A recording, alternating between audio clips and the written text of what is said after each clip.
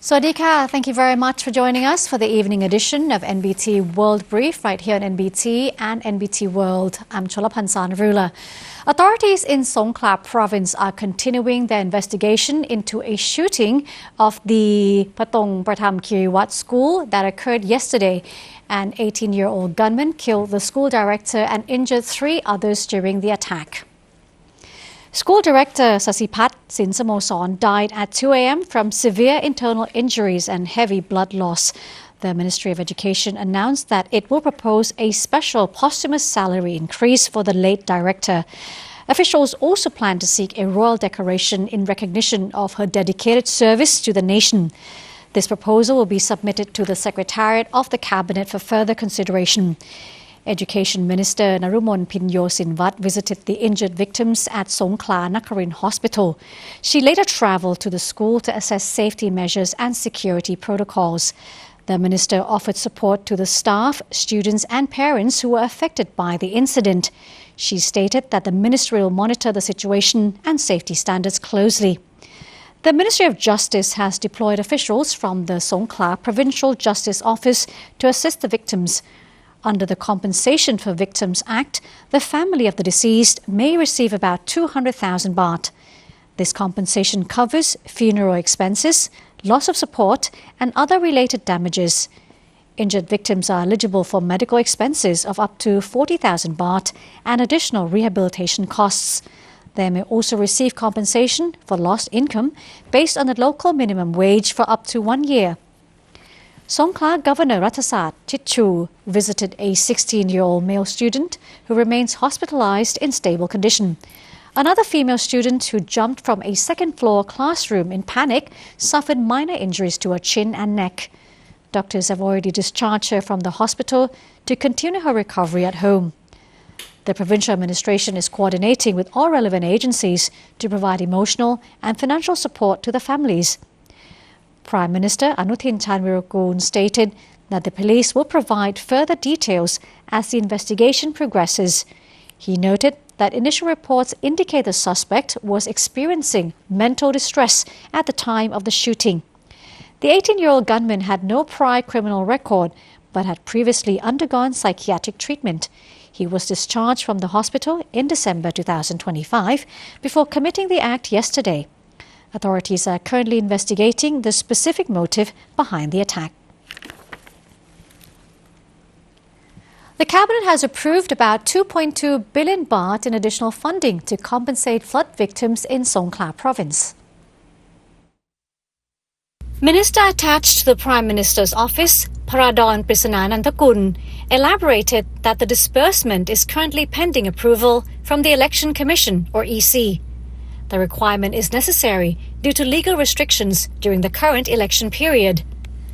The clarification follows public calls to accelerate payments for residents affected by severe flooding in the southern region. Democrat Deputy Leader Juri Numkhael recently urged the government to speed up assistance for the community. He expressed concern that delays in certifying members of parliament and forming a new administration could prolong the hardship of affected residents. Minister Paradon responded by confirming that the central budget was officially approved on January 13th. The government confirmed that the funds are ready for distribution once the Commission grants authorization. Officials are currently coordinating with the agency to ensure the assistance reaches the victims as soon as possible. The minister reiterated that the primary goal is to help the people rather than seeking political popularity. He stated that the administration is working with all parties to resolve the issue and provide clarity on the funding process. The Joint Standing Committee on Commerce, Industry and Banking, or the SSEAYP, has expressed deep concern over the 2025 Corruption Perceptions Index. Thailand scored 33 out of 100 in the latest report compiled by Transparency International. The country is now ranked 116th worldwide. This score marks the lowest position for the nation in 14 years. It also falls significantly below the global average of 42. The SSEAYP warned that the sharp decline in ranking could damage investor confidence and national credibility. business leaders cautioned that the downward trend could directly affect foreign investment and competitiveness. The decline also impacts Thailand's ambition to join the Organization for Economic Cooperation and Development.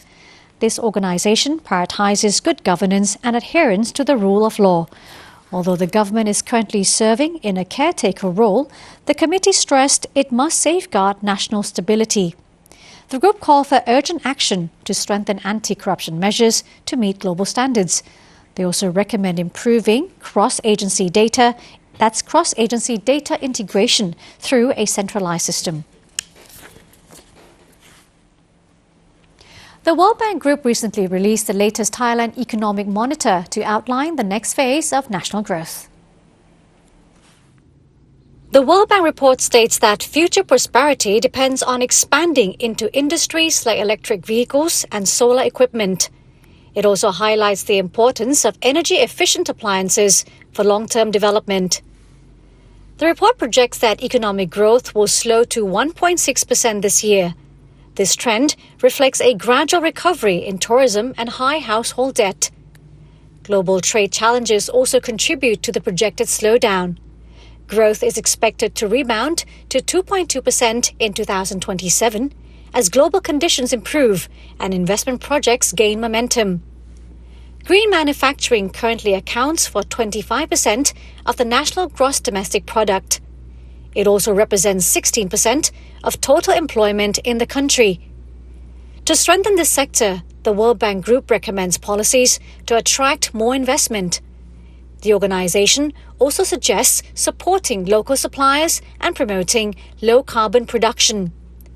The analysis estimates that expanding green manufacturing could increase the national gross domestic product by 2.9% by 2035. This expansion would help foster steady and inclusive growth for the Thai economy. Thailand has reinforced regional ties by hosting a welcome dinner for youth delegates taking part in the 49th SHIP for Southeast Asian and Japanese Youth Program known as SSEAYP. The event was presided over by Kitti Intarakul, Deputy Permanent Secretary of the Ministry of Social Development and Human Security. In his remarks, he welcomed more than 200 youth delegates representing national contingents from 9 ASEAN member states. And these are Thailand, Singapore, Brunei Darussalam, Indonesia, Laos PDR, Malaysia, the Philippines, Timor-Leste and Vietnam, along with participants from Japan. The gathering coincided with the visit of the training vessel Nippon Maru. Among those in attendance were Apinya Chompumat, Director General of the Department of Children and Youth, senior ministry officials, Suruthai Kasem, Director General of the Department of Public Relations, Ship Administrator Makino Masahiro, and other distinguished guests. Makino and a youth representative expressed appreciation for Thailand's hospitality and underscored the value of strengthening friendship and cooperation among participating countries. The evening featured Thai cultural performances, followed by cultural presentations from each national contingent, promoting mutual understanding and regional solidarity. The event highlighted SEAYP's ongoing commitment to nurturing young leaders and deepening connections between ASEAN member states and Japan. And that wraps up our evening edition of NBT World Brief. I'm SONGKHLA. Thanks for joining. Sawasdee ka.